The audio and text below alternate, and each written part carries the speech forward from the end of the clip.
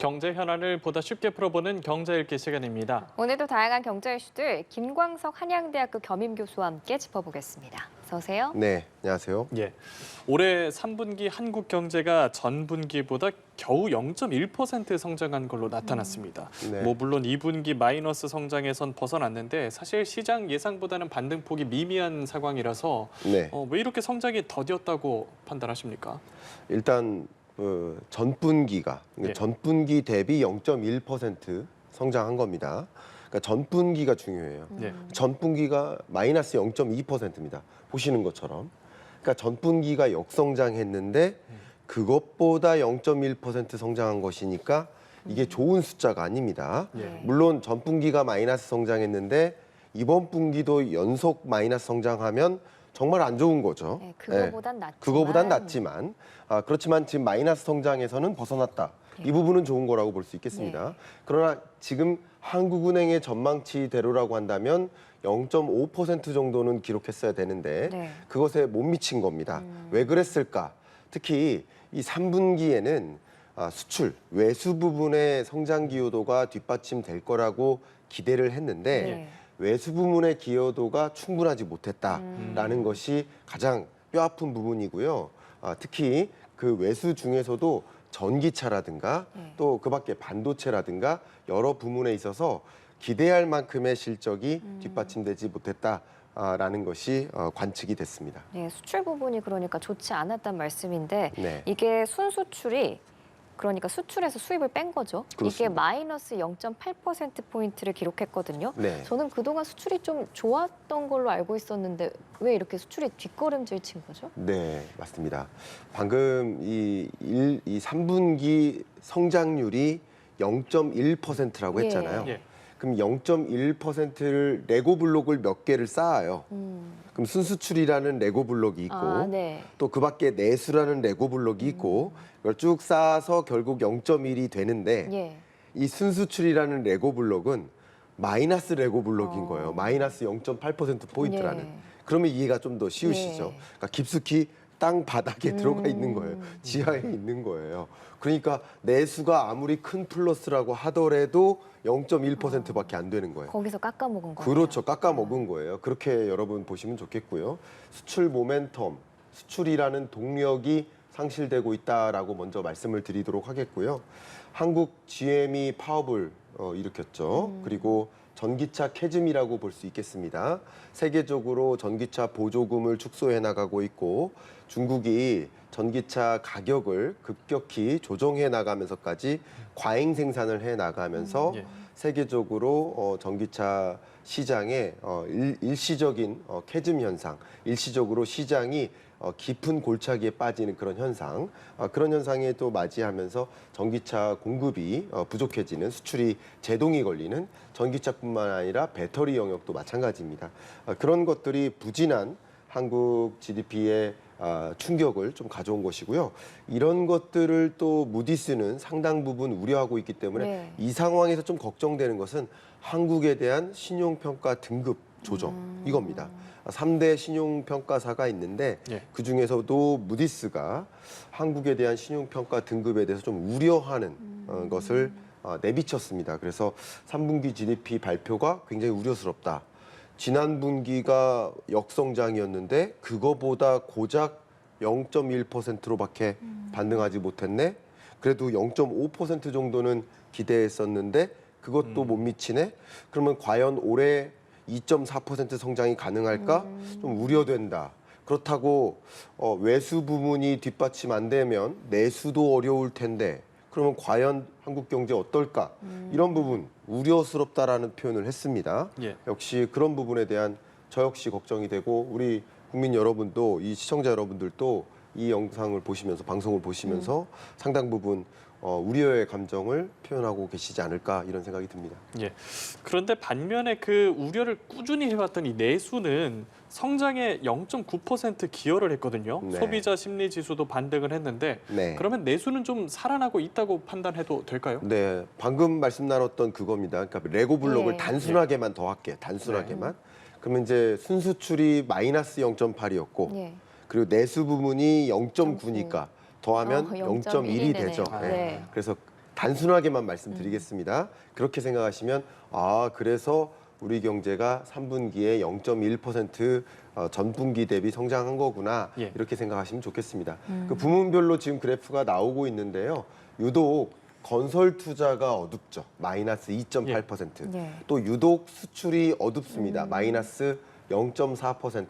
그러니까 2024년 또 23년 좀 거슬러 올라가 보면 22, 23, 24년 상반기까지 부동산 경기가 좀 안 좋았었습니다.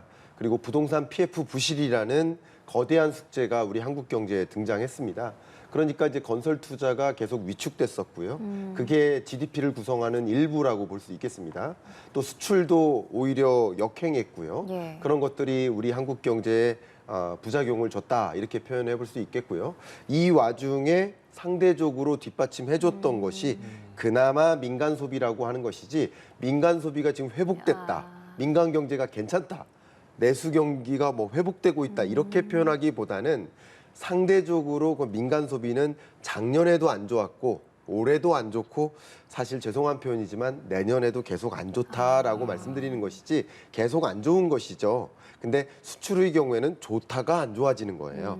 그러니까 이 숫자적으로는 전년 동기 대비 혹은 전분기 대비 안 좋아지는 게 드라마틱하게 숫자적으로 나오는 것뿐이고 민간 소비의 경우에는 이 전분기 대비 증가율로 드라마틱하게 표현되지 않는 것이라고 좀 해석해 보시면 어떨까 의견을 드리겠습니다. 그러니까 내수가 회복됐다고 보면 되는 게 아니라 이번 분기에서는 수출보다 내수가 좀 더 나았다. 이렇게 보면 그렇습니다. 되는 거겠죠? 예, 그렇게 이해하시는 게 좀 예. 도움이 되지 않을까 생각합니다. 지금 이렇게 3분기 한국 경제 성장률이 좀 부진한 모습을 보이면서 11월에 하는 금통위가 열리잖아요. 네. 여기서 금리 또 추가로 인하할 수 있는 거 아니야라는 기대감도 나오고 있는데 가능성은 얼마나 있다고 보세요? 이 부분 굉장히 중요합니다. 제가 한국은행이 바라보고 있는 한국 경제, 한국 경제를 전망하는 한국은행의 전망, 한국은행의 한국 경제 전망 보고서를 보면 예. 한국 경제의 24년 하반기 시나리오가 있습니다. 그러면 이제 내수와 외수를 구분했을 텐데 실제 한국은행조차도 24년 하반기 그리고 25년 들어 이 외수의 기여도가 수그러들 것으로 전망하고 있습니다. 안타깝죠. 예. 나름 24년 상반기까지는 외수가 기여를 했기 때문에 견인을 해준 예. 거예요. 한국 경제 성장을. 근데 그 외수의 기여도가 좀 줄어들 것으로 보는 거예요. 그러면 내수가 뒷받침되지 않으면 예. 우리 경제는 사실 뭐 죄송한 표현이지만 좀 차 수그러들 것이다, 수축될 것이다라고 가정할 수밖에 없겠죠. 예. 그럼 제가 무슨 말씀 드릴 수 있냐면 한국은행으로서는 다른 수단이 없어요. 지금 한국은행이 할 수 있는 것은 금리를 조절하는 거예요. 재정정책이 아닙니다. 행안부가 아니에요. 기획재정부가 아니에요. 예. 한국은행 입장에서는 금리를 조절하는 하나의 카드밖에 없다라고 한다면 내수 부진을 탈피하기 위해서 예. 그리고 물가 안정이라는 것을 이 두 가지 숙제를 해결한다라는 관점에서 봤을 때 지금 물가 상승률이 2%를 밑돌아서 1.6%까지 떨어졌네?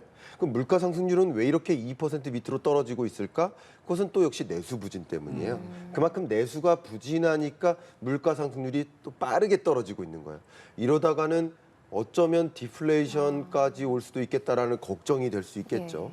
그렇기 때문에 지금 이런 상황 하에서는 한국은행으로서는 금리 인하가 필요하다라고 생각하고 있는 그 경향성이 조금 더 강해지고 있다라고 표현해 보겠습니다. 제가 단정 짓고 남은 하반기 동안 추가적인 금리 인하를 단행할 것이다라고 의견을 드리는 것이 아니라 지금으로서는 금리 인하가 더 필요해졌다라고 예. 평가할 가능성이 더 생겼다.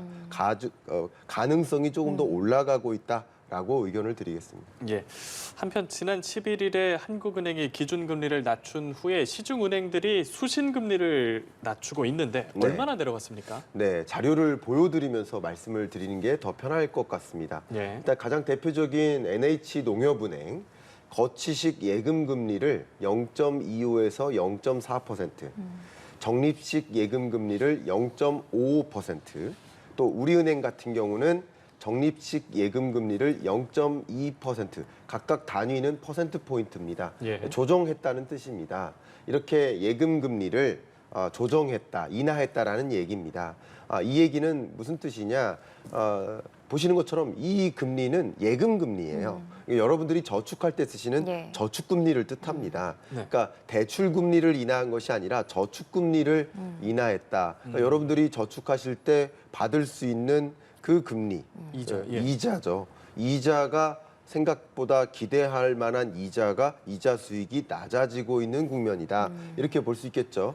기준금리가 떨어지면서 은행들이 적극적으로 예금 금리를 낮춰잡고 있구나. 뭐 이런 부분들이 여러분들 입장에서는 좀 아쉬운 국면이 네. 좀 드는 생각이 드실 거라고 생각합니다. 좀 발 빠르네요. 네, 그렇습니다. 이런 부분에서는 네. 네, 얘 적금 금리는 이 수신금리잖아요. 예. 수신금리는 낮아졌는데 말씀하신 것처럼 대출금리는 낮아진 게 아니라 높아졌거든요. 그래서 그렇습니다. 예대 금리 차가 커진다는 지적이 나오고 있는데 그렇기 때문에 대출금리가 높다 보니까 은행들이 또 역대급 실적이 전망된다라는 얘기도 나오고 있는데 어떻게 보세요?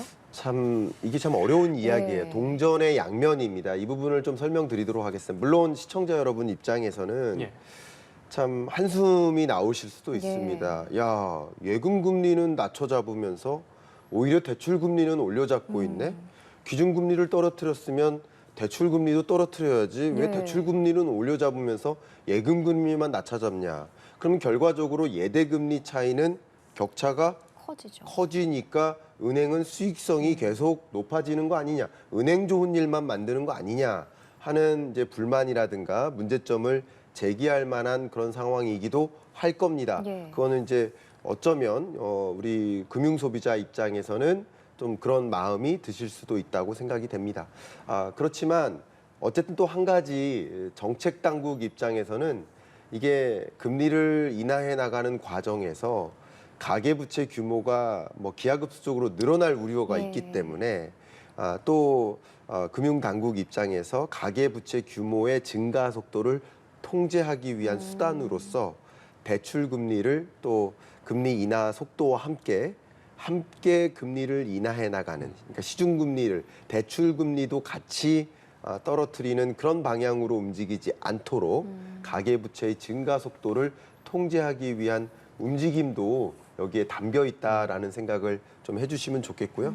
예, 그런 관점에서 적용되는 것도 일부 있다라고 의견을 좀 드리도록 하겠습니다. 예, 금리 얘기 나눠봤고 이제 여행업계 얘기로 이어가 보겠습니다. 방학도 있고 휴가도 있고 뭐 9월 추석 연휴까지 포함돼 있어서 통상 3분기를 여행업계의 성수기로 여겨지는데 여행사들이 올해 3분기에 시장 전망치보다 부진한 실적을 거뒀습니다. 어떤 요인이 컸을까요? 네, 부진한 이유 중에 하나는 역시 여행에 따른 가격입니다. 예. 가격이. 예, 여행하는데 같은 여행에 대한 지불해야 될 비용이 올라가면 어떨까요? 안 가격이 가게 여행하기 힘들죠. 어렵죠. 예. 그 가격이 뭘까요? 하나가 환율입니다. 환율. 그러니까 강달러 기조가 나오면 아무래도 같은 여행 서비스에 대한 비용 지출이 많아지겠죠. 바로 그겁니다. 이번 특히 이제 추석 시즌에 예. 강달러 기조가 나왔기 때문에 역시 더 많은 비용을 지불하고 여행 서비스를 이용해야 되는 상황이 놓였고요. 첫 번째. 예. 두 번째는 TMF 사태가 있었죠. 예. 그 미정산 사태가 있었기 때문에 예약 취소도 있었고 불안감도 있었고 그런 것 때문에 더 여행업계에서는 이제 좀 고전을 맞이할 수 있었고 또 한 가지는 코로나19 사태가 있었는데 코로나19 이후에 뭐 2022년까지 여행을 못 갔단 말이에요. 네. 네. 23년에 여행을 대규모로 그렇죠. 보복 소비가 예. 보복 여행을 갔어요. 나 못 갔던 여행 다 갈래 하면서 23년에 갔단 말이에요. 그랬기 때문에 24년에는 오히려 보복 여행을 갔었으니까 올해는 여행 안 가도 돼 하는 그런 영향도 있었습니다. 그런 것들이 같이 맞물려 가면서 뭐 올해 최대 성수기에는 좀 고전이 있었다 이렇게 평가해 볼 수 있겠습니다. 이제 또 연말도 다가오고 겨울방학도 있으니까 여행사들이 여러 가지 프로모션을 제공하고 있는데 이런 것들이 여행업계 회복에 좀 영향을 줄까요? 네, 일단은 첫 번째가 이제 환율인데요. 앞에 말씀드렸던 것처럼 환율이 추가적으로 상승할까 아닐까 이게 굉장히 중요한 관전 포인트일 텐데요. 예. 기본적으로는 환율이 추가적으로 더 상승할 거라고 보지는 않습니다. 그래서 여행 수요가 더 일어날 것이라고 판단해 볼 수 있겠고요. 그리고 앞에 말씀드렸던 TMF 위정산 사태 같은 경우는 예. 그 가을 당시에 일시적인 현상이니까 연말의 경우에는 이 사태로부터 좀 자유로워질 수 있겠죠. 뭐 이런 것들이 뭐 연말에는 상당 부분 호실적 기록으로 기대감이 좀 불어오지 않을까 하는 생각을 좀 해볼 수 있겠습니다. 예, 알겠습니다. 여행업계 실적 얘기까지 나눠봤습니다. 김광석 한양대학교 겸임교수와 함께했습니다. 오늘 말씀 고맙습니다. 감사합니다.